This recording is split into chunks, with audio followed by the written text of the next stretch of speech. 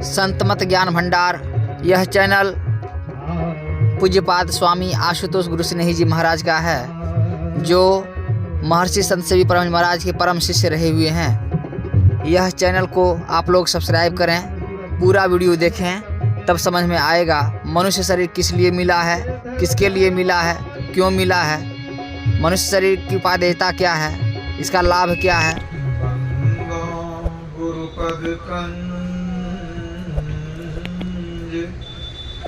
कृपा सिंधु नर रूप हरि, महामोह तम पुंज, जासु वचन रवि कर निकर। गुरु बिनु ज्ञान उपजे, गुरु बिनु मिले न भेव, गुरु बिनु संशय ना मिटे। जय जय जय गुरुदेव। बोलिए प्रेम से श्री सद्गुरु महाराज की जय। परमाराध्य गुरुदेव के पावन श्री चरणों में कोटिशः नमन। वंदनीय साधु समाज, आदरणीय बुजुर्ग सत्संगी गण, धर्म प्रेमी सज्जनों, माताओं बहनों तथा प्यारे बच्चों, अभी पूर्व वक्ता से आप लोग सुख और दुख के संबंध में सुन रहे थे। वास्तव में हमारा जीवन कैसा है? ये संसार ही दुखालय है, तो हम सबके जीवन में दुख ही दुख है। मधुबनी जिले में एक बहुत उच्च कोटि के भक्त कवि हुए विद्यापति, उनका भजन है मैथिली भाषा में, दुख ही जन्म भेल, दुख ही गमाओल, सुख सपने हूं नहीं भेल, हे भोलानाथ कखन हरब दुख मोर। दुख ही जन्म भेल, दुख ही गमाओल। और जन्म जो हुआ है उसमें भी दुख है, और अभी तक जो जीवन जी रहे हैं उसमें दुख ही दुख है। अब भविष्य को तो जानते नहीं क्या होने वाला है। संत कबीर साहब कहते हैं, कबीरा जब हम पैदा हुए, जग हंसे हम रोए, ऐसी करनी कर चलो, हम हंसे जग रोए। जब बच्चा जन्म लेता है तो बच्चा तो रोता है, और घर के लोग खुशियां मनाते हैं, हंसते हैं। कबीर साहब कहते हैं कि अब ऐसा कुछ करके जाओ संसार से कि जब जाने का समय आवे तो रोना नहीं पड़े। मतलब तुम हंसते हुए संसार से जाओ और दुनिया के लोग तेरे लिए रोते रह जाए, क्या हाँ बड़े अच्छे आदमी थे, बेचारे चले गए। यह कैसे होगा? हम हंसते हुए जाएं, दुनिया हमारे लिए रोते रह जाए, कैसे होगा? उसके लिए कुछ विशेष कर्म करना पड़ेगा। ऐसी करनी कर चलो, कुछ करनी ऐसी करनी पड़ेगी ताकि हम हंसते हुए जाएं, संसार से जाने में डरे नहीं, घबरावे नहीं, कष्ट उठावे नहीं, सुखी सुख हो। वो कौन सा कर्म है जिसको करके हम आनंद पूर्वक संसार से जाएंगे, सुखमय स्थान में जाएंगे? वह कौन सा कर्म है? वह है शुभ कर्म, पुण्य कर्म, धर्म। कर्म से ही धर्म होता है। शुभ कर्म करेंगे तो धर्म होगा, अशुभ कर्म करेंगे तो अधर्म होगा। कर्म से ही धर्म होता है। तो शुभ कर्म करने के लिए मनुष्य शरीर मिला है, दूसरे शरीर से शुभ कर्म नहीं हो सकता है। कर्म प्रधान शरीर यही है। कर्म प्रधान विश्व करी राखा, अजो जस कर सो तस फल चाखा। ये शरीर अशुभ कर्म करने के लिए नहीं है, विषय भोग में डूबने के लिए नहीं है। यही तो न कर फल विषय नो भाई, श्रेष्ठ कर्म करने के लिए शरीर मिला है। इस संसार में जितने जीव हैं सबसे श्रेष्ठ शरीर मनुष्य शरीर है। तो सबसे उत्तम शरीर मिला है कुछ उत्तम काम करने के लिए, शुभ काम करने के लिए। नरदेह दुर्लभ पाए के नौ भोगों में फंसना चाहिए, चढ़ी गिरी सुमेरु कूप दलदल में न धसना चाहिए। संसारियों का संग तज सत्संग बसना चाहिए, सुख दुख आदि द्वंद्व सह इस मन को कसना चाहिए। मन को बहकने मत दीजिए और सत्संग का आश्रय लीजिए। और क्या करेंगे? विषय भोग में मन को मत नहीं लगाना चाहिए। ये विषय जो है ये आवागमन के चक्र में घुमाता है, नरक की सैर करा देता है। विषय भोग में पड़े हुए ही लोग पाप कर्म करते रहते हैं। तो यह शरीर उत्तम शुभ कर्म करने के लिए मिला है। जो भी शुभ कर्म होगा, आप जानते हैं शुभ कर्म क्या है, अशुभ कर्म क्या है। सत्य का पालन करना, अहिंसा धर्म का पालन करना, परोपकार करना, साधु संतों की सेवा करनी, सत्संग करना, भक्ति करना, यही सब शुभ कर्म है। और अशुभ कर्म क्या है? व्यभिचार, चोरी, नशा, हिंसा, झूठ, ये 5 काम में लगे हैं तो ये अशुभ कर्म है। यह भविष्य के जीवन को भी अंधकारमय बना देगा। ये उत्तम शरीर शुभ कर्म करने के लिए हम लोगों को मिला है। अगर हम लोग शुभ कर्म करते करते संसार से जाएंगे तो लाभ क्या होगा? पुनः मनुष्य शरीर मिलेगा या मुक्ति मिलेगी। याद रखिए, अगर शुभ कर्म नहीं किए, पाशविक कर्म करते रह गए, पशु के तरह जीते रह गए, निश्चित जानिए मरने के बाद आगे पशु बनना पड़ेगा।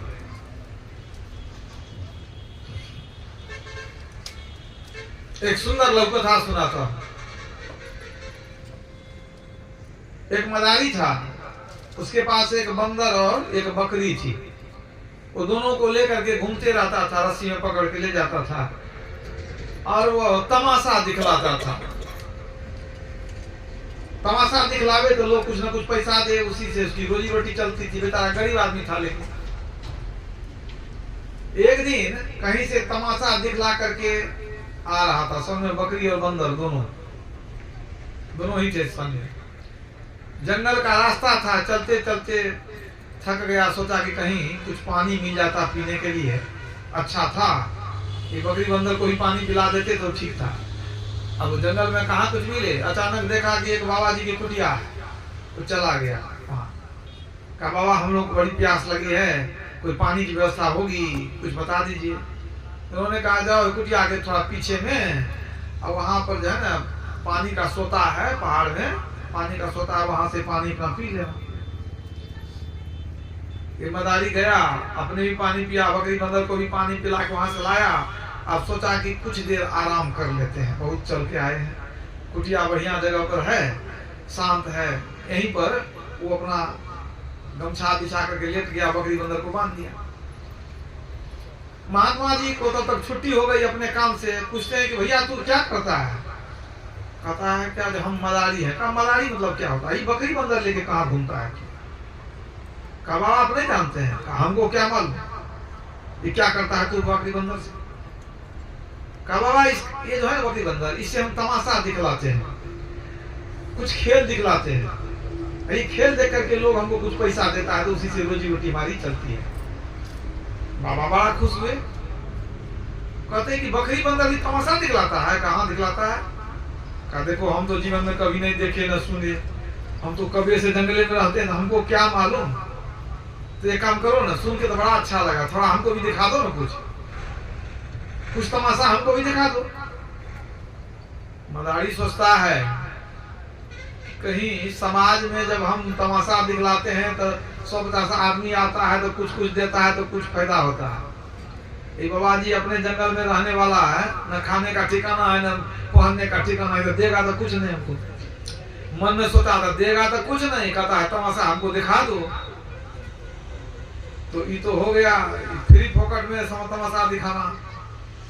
तो मन में हुआ कि नहीं दिखाएंगे।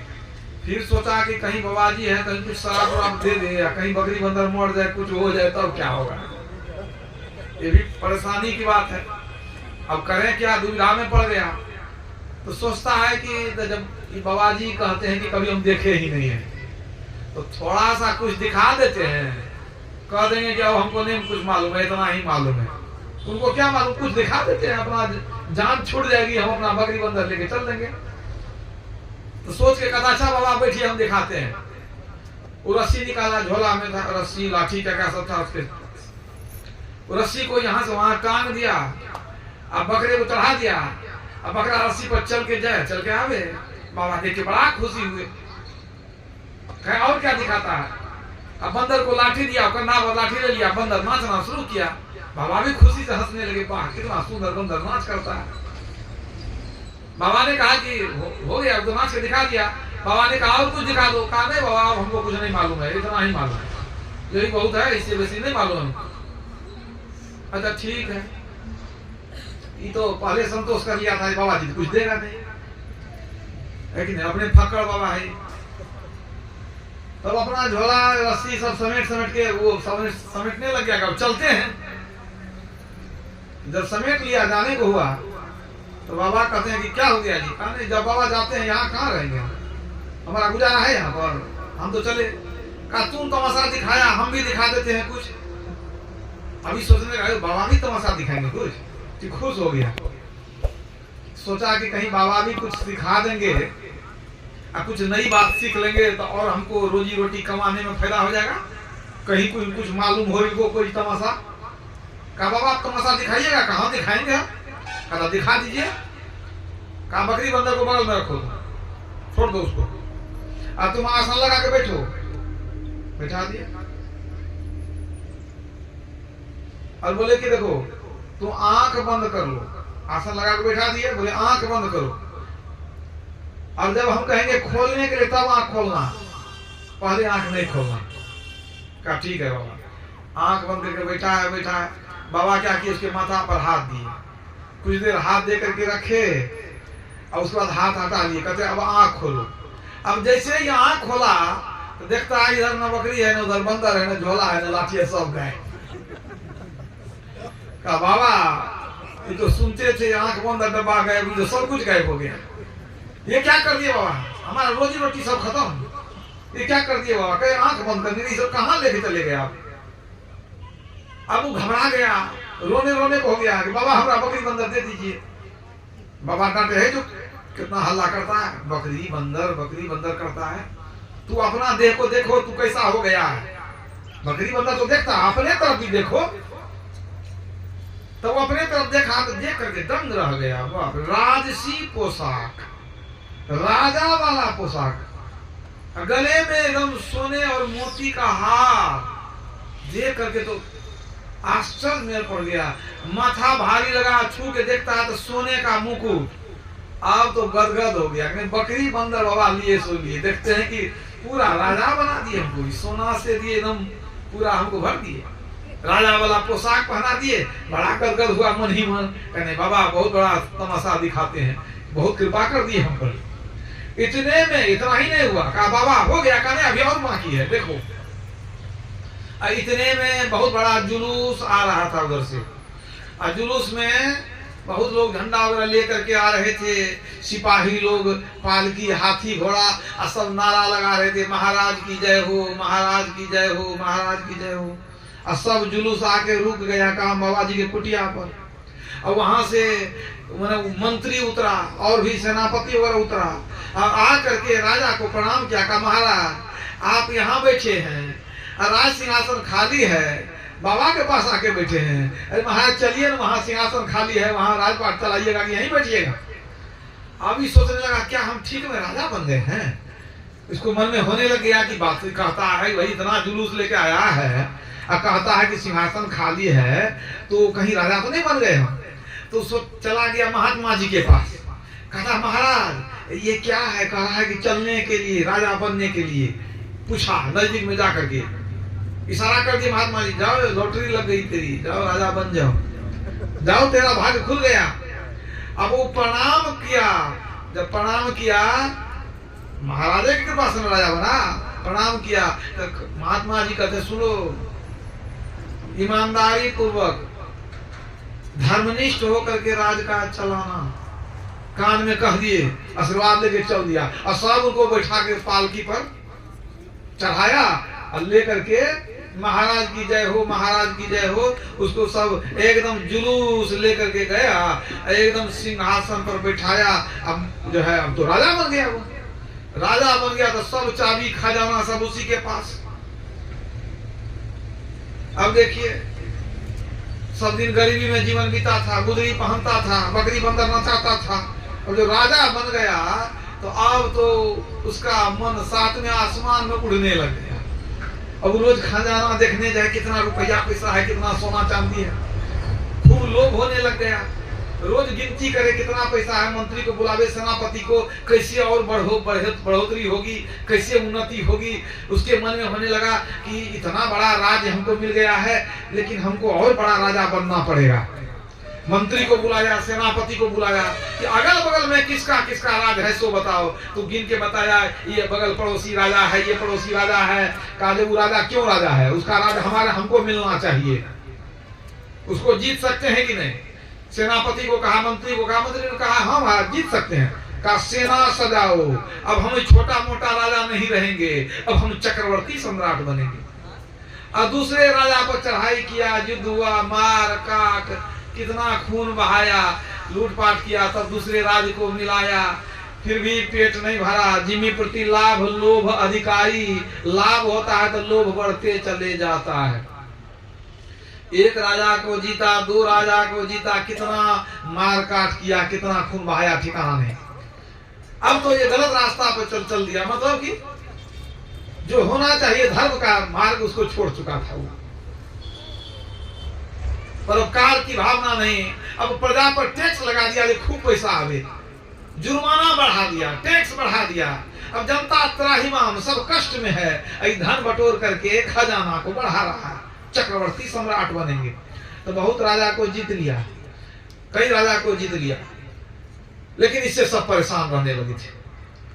अब एक राजा पर जब चढ़ाई किया तो राजा इसी को हरा दिया। अब तो दिन में मतलब चैन नहीं, रात में नींद नहीं। कुछ दिन तक बर्दाश्त किया, फिर मंत्री को बुलाया, क्यों जी हम लोग जीत नहीं सकते हैं दोबारा।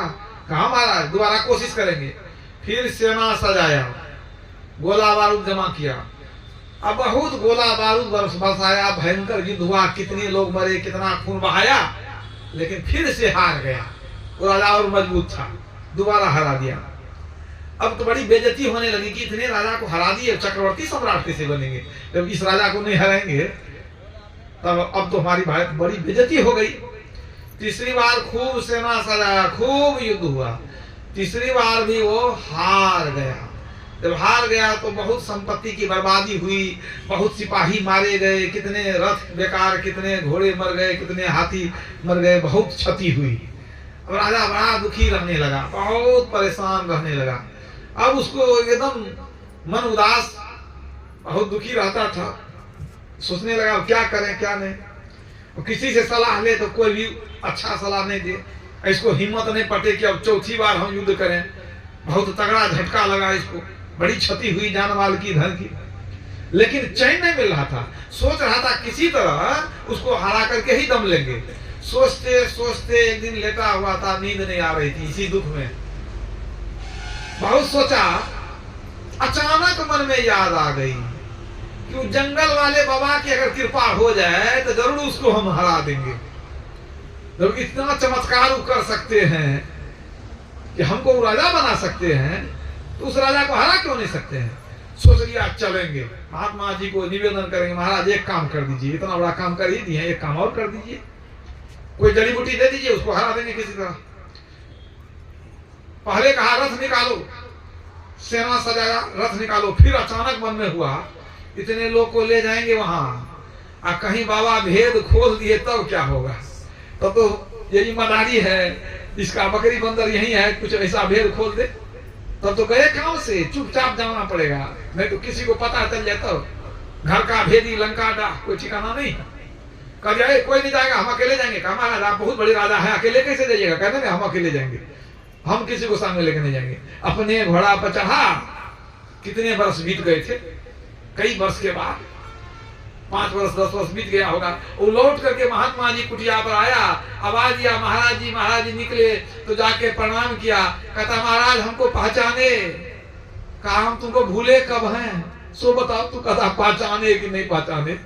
अरे हम तुमको कब भूले हैं, तू ही हमको भूल गया, कभी आया भेंटने के लिए? कहा महाराज क्षमा कर दीजिए, कुछ जरूरी काम आ गए इसीलिए हम आपके पास आ गए। सब कहानी सुना दिया। सुन करके बाबा को बड़ा तकलीफ हुआ। भाई इसको कहे थे भाई राज काज चलाना, प्रजा के सुख दुख को देखना, धर्म का पालन करना, ठीक नहीं, इंसानियत मानवता का पालन करना, ईमानदारी से राज काज चलाना। ये तो धर्म का मार्ग छोड़ करके अधर्म के मार्ग पर चल निकला।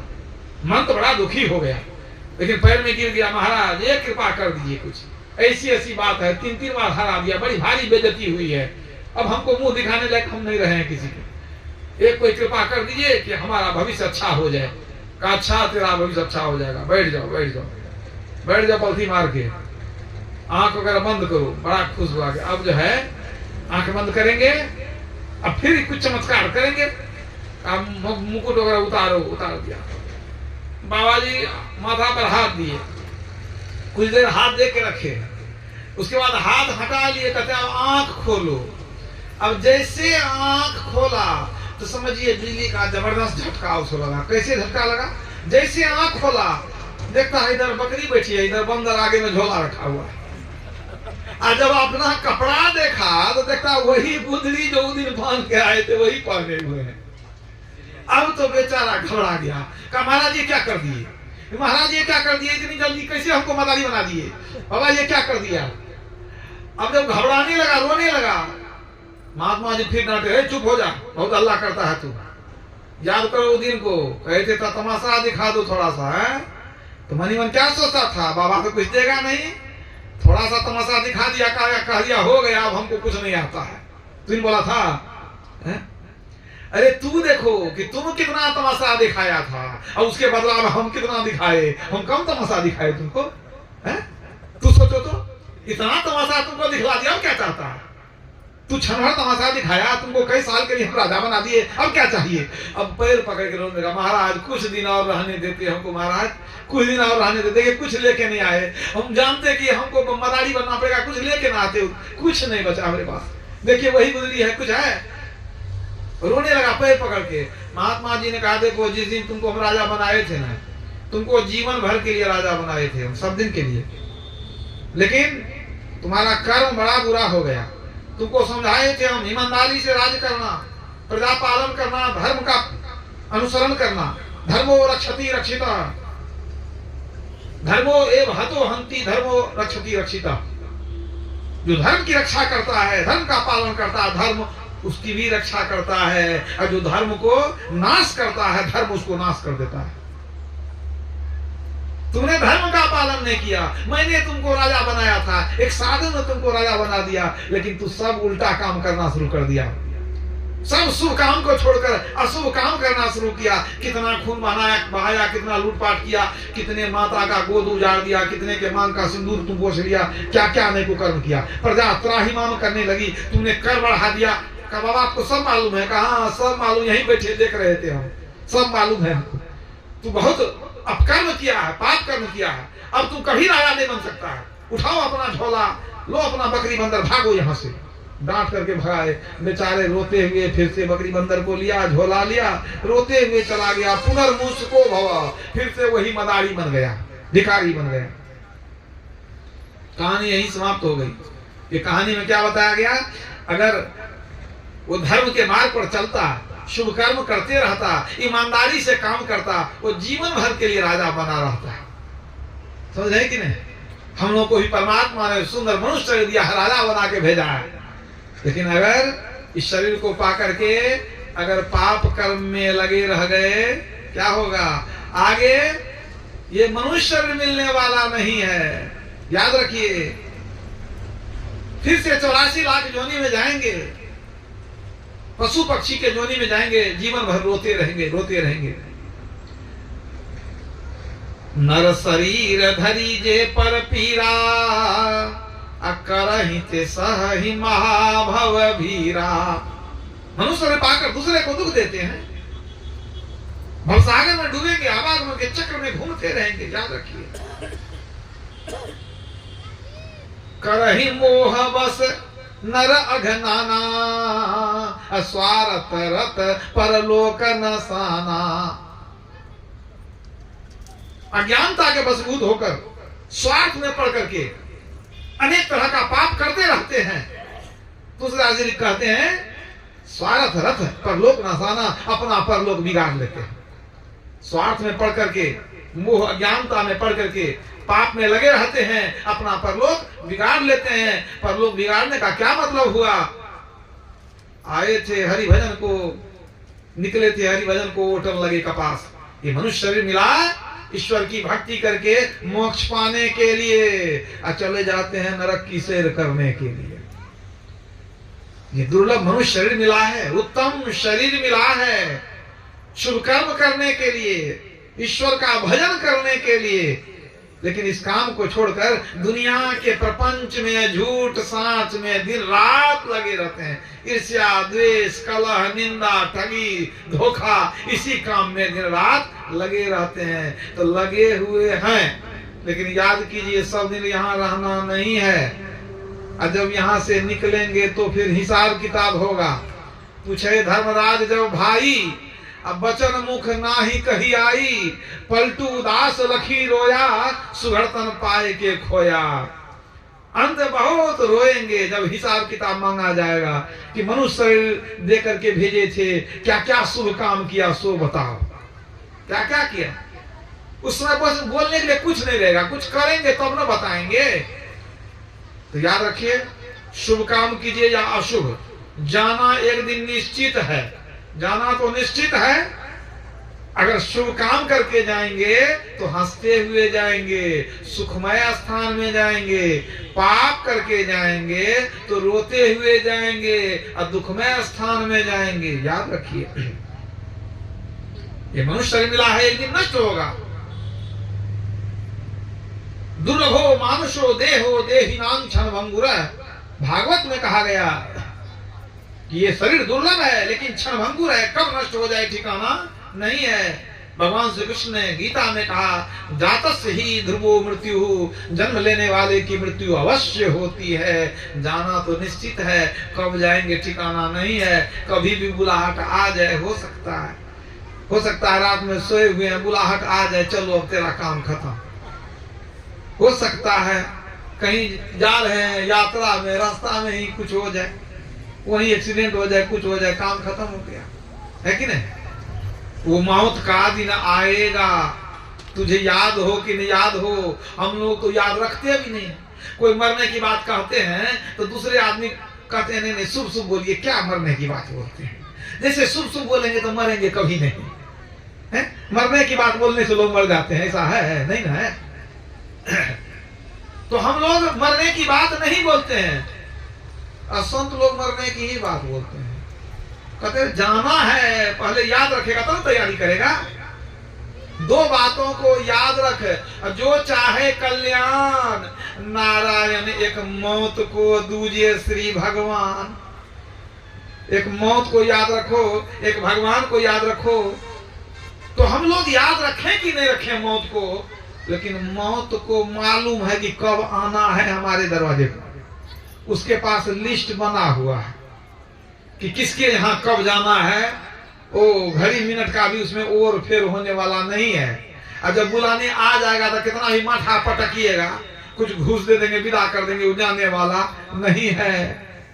अभी तो कह देते हैं छुट्टी नहीं है भजन कीर्तन करने का, सत्संग करने का, लेकिन जब बुलाने आ जाएगा तो पूरी छुट्टी मिल जाएगी। तब वो मानने वाला नहीं है कि आपको छुट्टी है कि नहीं है। नारायण जब अंत में जम पकड़ेंगे बाह, उनसे भी कहियो जरा कि अभी तो फुर्सत ना है, अभी नहीं जाएंगे, बाद में फुर्सत मिलेगा तब जाएंगे।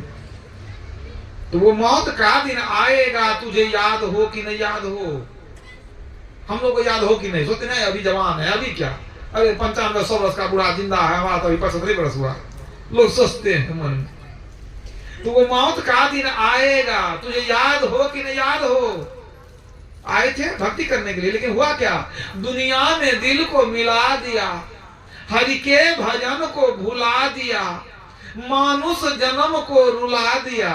तुझे याद हो कि नहीं याद हो? वो मौत का दिन आएगा, तुझे याद हो कि नहीं याद हो? सुतमीत बांधव नारियां, बहुत लंबा चौड़ा परिवार बसाए हैं, है ना?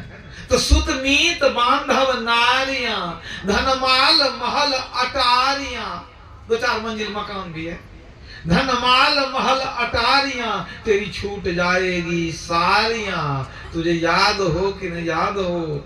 वो मौत का दिन आएगा, तुझे याद हो कि नहीं याद हो? महल से निकाल देगा, अगर जीव निकल गया तो महल से निकाल के बाहर कर देगा, समझ रहे? वो तो मरेंगे तब निकलेंगे। अब पहले अगर शरीर रोगी हो गया, बूढ़ा हो गए, तब क्या होगा? जब रोग आके सताएगा, खटिया पे तुझको लिटाएगा, कोई कार काम न आएगा। तुझे याद हो कि नहीं याद हो? वो मौत का दिन आएगा, तुझे याद हो कि नहीं याद हो? अगर भक्ति भजन नहीं किए तब क्या होगा? जमदूत आके ले जाएगा, तुझे नरक बीच डुबाएगा, ब्रह्मानंद फिर पछताएगा।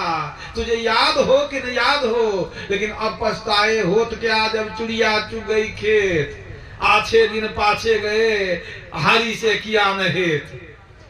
अच्छे दिन बीत गए, ईश्वर से प्रेम किया नहीं, अब पछताए हो तो क्या, जब चिड़िया चुग गई खेत। अब बुलाहट आ गई,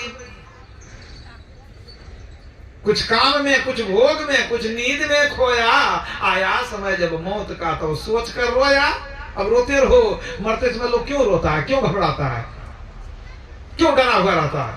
उसको पता चल जाता है अब हिसाब किताब होगा, पाप बहुत किए हैं, पुण्य तो कुछ किए नहीं, क्या बताएंगे? जीवन थोड़ भयाभव भोर, कहां धन जोड़ करोड़ बनावे। जीवन बहुत छोटा है, भयाभव भोर, जाने का समय आ गया। जीवन थोड़ भयाभव भोर, कहां धन जोड़ करोड़ बनावे। जीव दया करू साधु के संगत, पहियों अभय पद दास कहाए।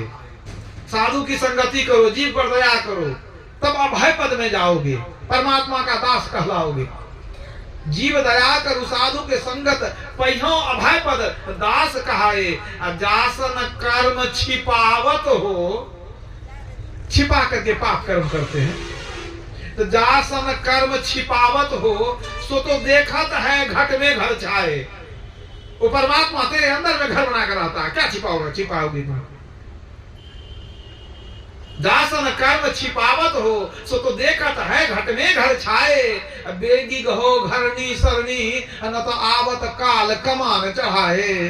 प्रभु के शरण में चले जाओ, नहीं तो काल कमान चढ़ाए आ रहा है। छिपा करके भी पाप करोगे, वो पचने वाला नहीं है। रामकृष्ण परमहंस जी महाराज कहते थे कि छिपा करके भी पारा खा लें तो शरीर को फोड़ के निकल जाता है घाव बन करके, उसी तरह छिप करके भी पाप करें, वो एक दिन प्रकट हो ही जाता है।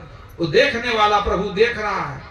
राम झरोखा बैठकर सबका मुजरा ले, जिसकी जैसी चाकरी तिसको तैसी दे। बहुत पाप कर्म करते हैं, छिपा छिपा के करते हैं। कोई तो देखने वाला है जो देख रहा है, उससे कैसे छिपाएंगे? प्राचीन काल में एक गुरुकुल था, उसमें आचार्य थे, एक मुनि थे, ऋषि थे। उनके यहाँ बहुत सारे विद्यार्थी विद्या अध्ययन करते थे गुरुकुल में। अब जो आचार्य थे, गुरुजी थे, उनकी पुत्री सयानी हो गई कुछ। उस जमाने में तो कम ही उम्र में शादी हो जाती थी, बड़ी हो गई। तो उनके मन में हुआ, वो पुत्री थी, सुंदरी थी, संस्कारी थी, बहुत बहुत ज्ञानवती थी, बहुत अच्छी थी। उनके मन में हुआ कि इतने हमारे शिष्य हैं, इसी में से किसी से उसकी शादी कर देंगे। तो उन्होंने अपने शिष्यों को कहा कि तुम लोग अभी छुट्टी में घर जाओगे, फिर आओगे पढ़ने, कहाँ आएंगे? कहा इस बार तुम जो घर जाओगे ना, तुम लोग घर से कुछ न कुछ उपहार लेकर के आना मेरे लिए, सब आदमी मेरे लिए कुछ न कुछ लेकर के आना। और जिसका उपहार अच्छा होगा ना, उससे हम अपनी पुत्री का विवाह करेंगे। लेकिन एक बात याद रखना, तुम जो लाओगे तो घर वाला को बता के नहीं लाना, दिखा के नहीं लाना, नहीं तो मना कर देगा। कुछ न कुछ लाना, लेकिन ध्यान रखना कोई देखे नहीं। ठीक है गुरु महाराज, ठीक है। सब बच्चे लोग चले गए घर। बच्चे से अब तो बड़े हो गए थे, सभी विद्यार्थी घर चले गए और सब कुछ न कुछ जो है अपने घर से जिसको जो मन हुआ अपना उठा करके ले आया। आचार्य जी के पास गुरुकुल बाद में जब विद्यालय खुली तो सब आ गए बच्चे लोग, सब गुरु जी के पास कुछ न कुछ लेकर के आया। एक लड़का कुछ नहीं लाया तो कहते हैं तुम कुछ नहीं लाया? कहा गुरु जी नहीं ला सके। कहा क्यों नहीं ला सके? कहा गुरु महाराज आपने शर्त दिया था कि तुम जो लाना कुछ न कुछ लाना, लेकिन ऐसे लाना कि कोई देखे नहीं, कोई नहीं देखे तब लाना। लेकिन हम क्या करें, हमको ऐसा कभी मौका नहीं लगा कि कोई नहीं देखे, इसलिए कुछ नहीं लाए। तो गुरु महाराज ने कहा कि क्या तेरे घर में तेरे माँ पिता हमेशा ताकते रहते थे कि घर से कभी निकलते नहीं थे कि कुछ तू लेकर नहीं आ सका? कहा गुरु महाराज आप तो कहते हैं सही कि भाई माँ बाप भी तो कुछ न कुछ काम करने जाता होगा, लेकिन जब भी हम कुछ लेने के लिए गए तब हमारे मन में हुआ कि कोई नहीं देखता है। लेकिन आप ही कहते हैं परमात्मा सर्वव्यापी है, सर्वत्र है, हरि व्यापक सर्वत्र समाना, कोई देखे नहीं देखे परमात्मा तो देखते हैं ना, इसलिए हम कुछ नहीं लाए, हमको क्षमा कर दीजिए। आचार्य प्रसन्न हो गए, सीने से लगा लिए, यही हमारा सच्चा शिष्य है जो हमारा दामाद बनने के लायक है। हमारे ज्ञान को इसने आत्मसात कर लिया, ये पढ़ा दिया गढ़ा भी। इलम पढ़े अमल ना करे, अमल बिना इलम खाक है जी। कहता पे करता नहीं, मुख का बड़ा लवार, आखिर धक्का खाएगा साहब के दरबार। प्रसन्न हो गए, नहीं यही हमारे ज्ञान को समझा। सबको कहा तू अपना अपना सामान दे जाकर घर में दे आओ, हमको किसी के सामान की जरूरत नहीं है, हमको दामाद मिल गए।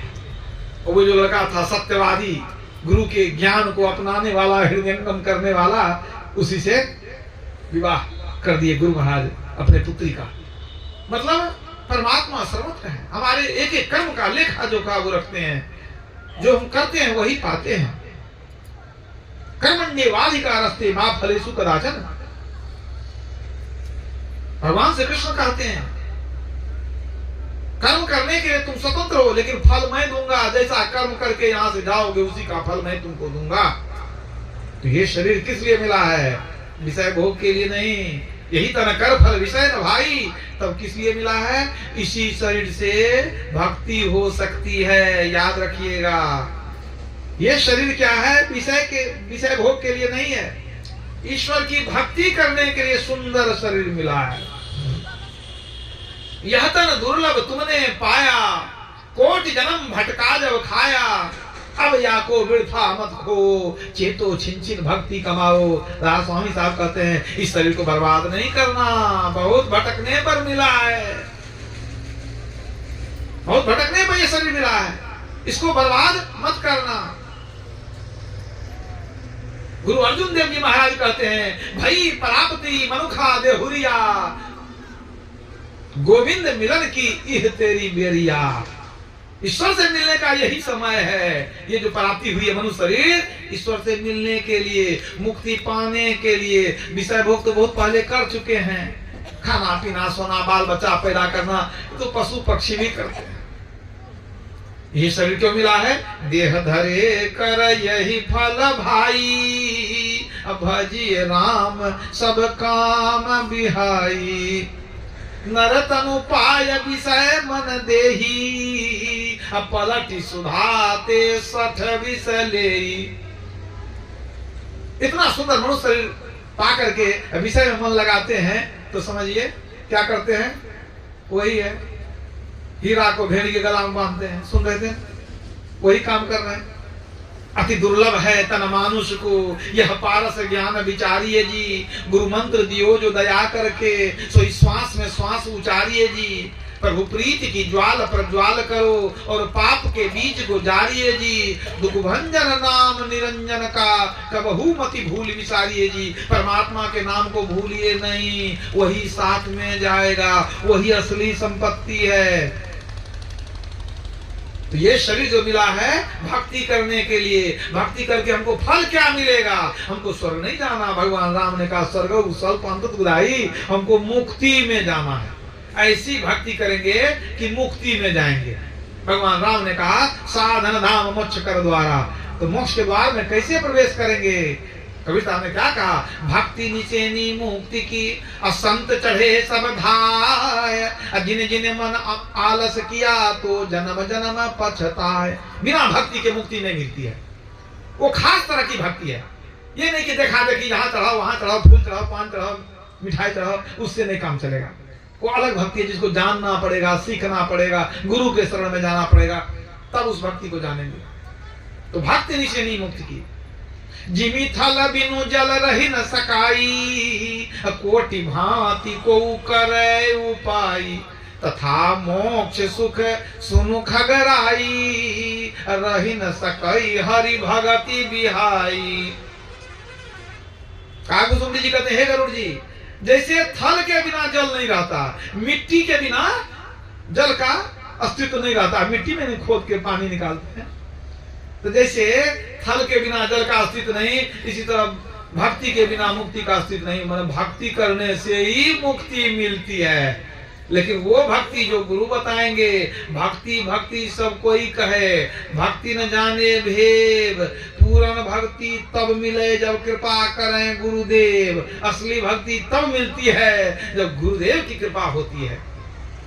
ऐसी करी गुरुदेव कृपा, मेरे मोह का बंधन तोड़ दिया। मोह मन अज्ञानता,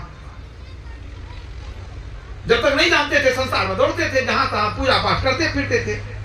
ऐसी करी गुरुदेव कृपा, मेरे मोह का बंधन तोड़ दिया। दौड़ रहा दिन रात सदा, जग के सब कार विहारन में, सपने सम दृश्य दिखाए मुझे, मेरे चंचल मन को मोड़ दिया। ऐसी करी गुरुदेव कृपा, मेरे मोह का बंधन तोड़ दिया। कोई शेष गणेश महेश रटे, कोई पूजत पीर पैगंबर को, सब पंथ ग्रंथ छुड़ा करके एक ईश्वर में मन जोड़ दिया। ऐसी करी गुरुदेव कृपा, मेरे मोह का बंधन तोड़ दिया। एक ईश्वर को प्राप्त करने का भेद बताते हैं गुरु, और बिना एक ईश्वर को जाने मुक्ति होने वाली नहीं है। इसलिए भगवान राम ने क्या कहा? ये संसार दुखालय है, दुख का समुद्र है। सभी संतों ने कहा है। तुलसीदास ने लिखा अन विचार रमणीय महा, संसार भयंकर भारी। ये संसार बड़ा भयंकर है, दुखदाई है। तो भगवान राम क्या कहते हैं? ये संसार दुख का समुद्र है, सभी जीव दुखी हैं, परेशान हैं। तो दुख से कौन निकलेगा? ये भवसागर को पार कौन करेगा? जिसको नाव मिल गई है वही पार करेगा। तो नाव किनको मिली है? जो मनुष्य शरीर में आ गए। नरतन भव पारिधि कहाँ बेरो, सन्मुख मरुत अनुग्रह मेरो। क्या कहते हैं भगवान राम? भगवान राम का उपदेश अभी आप सुन रहे थे। ये संसार दुख का समुद्र है, मनुष्य शरीर इसको पार करने के लिए नाव है। तो परमात्मा ने कृपा करके नाव दे दिया। करके कृपा दयाल ने मानुष जन्म दिया। अब बंदा न करे भजन तो भगवान क्या करे? मनुष्य शरीर दे दिया, नाव आपको दे दिया, तो नाव दे दिया तो पार हो जाइए। लेकिन बिना केवट का पार हो सकेंगे? मल्लाह चाहिए कि नहीं? अपने मन से नाव में बैठ जाइए, नाव जिधर जाए चल जाइए, जाने का उत्तर चल जाइए दक्षिण। वैसे नहीं होगा, नाविक भी चाहिए। तो भगवान कहते हैं देखो नाव हम दिए, हम चाहते हैं कि सब कोई भवसागर पार हो जाए। तो जब हम नाव दिए तो हम मल्लाह भी बता देते हैं कौन मल्लाह है। करन धार सदगुर दृढ़ नावा, दुर्लभ साज सुलभ करी पावा। कहते हैं ये सुंदर नाव दिए तुमको, इस दृढ़ नाव के मल्लाह संत सदगुरु हैं। सदगुरु ही मल्लाह है, वही पार लगाते हैं मनुष्य को। तब क्या करना चाहिए? तो भगवान राम कहते हैं गुरु पद पंकज सेवा तीसरी भगति अमान। अब मान प्रतिष्ठा छोड़ दो, गुरु के शरण में जाओ, चरण पकड़ लो। हे प्रभु अब हमको पार कर दीजिए। बूढ़त रहा भव सिंधु में लोभ मोह की धार, अब दरिया गुरु तैरू मिला कर दिया पहले पार। कहते तैरने वाले गुरु मिल गए। दरिया साहब की वाणी है कि हम तो डूब रहे थे भवसागर में, अब तैरने वाले गुरु मिले, हमको भी पार लगा दिए। मतलब भवसागर है गहिरा भारी, गुरु बिन को जाए सके पारी, सदगुरु की खोज करो प्यारी, संग उनके बाट चलो न्यारी। रामस्वामी साहब कहते हैं ये संसार बड़ा ही गंभीर है, माने भयंकर है, दुख का समुद्र है। यह भवसागर है गहरा भारी, बड़ा गहरा सागर है ये संसार। बिना गुरु के कोई पार नहीं हो सकता। गुरु बिनु भव निधि तरय न कोई, अजौ विरंचि शंकर सम होई। बिना गुरु के कोई भवसागर से पार नहीं हो सकता, यानी जन्म मरण के चक्र से नहीं छूट सकता, मुक्ति में नहीं जा सकता। तो भगवान का क्या आदेश हुआ? भगवान का आदेश हुआ कि जो मनुष्य शरीर मिल गया है तो स्वर्ग की इच्छा छोड़ दो और गुरु के शरण में जाओ और उनसे विनती करो कि हमको भवसागर से पार कर दीजिए, मुक्ति प्रदान कर दीजिए। तो गुरु के बताए क्रिया के अनुसार जब भक्ति करेंगे तब मुक्ति को प्राप्त करेंगे। यही भगवान राम के उपदेश का सारांश है। प्रत्येक व्यक्ति को चाहिए कि मनुष्य शरीर मिल गया है तो इसको बर्बाद न करें, भक्ति करके मुक्ति के मार्ग पर चलें। यही थोड़ा सा आप लोगों की सेवा में सुनाया। बोलिए प्रेम से श्री सद्गुरु महाराज की जय। यदि किन्हीं को दीक्षा लेने की इच्छा हो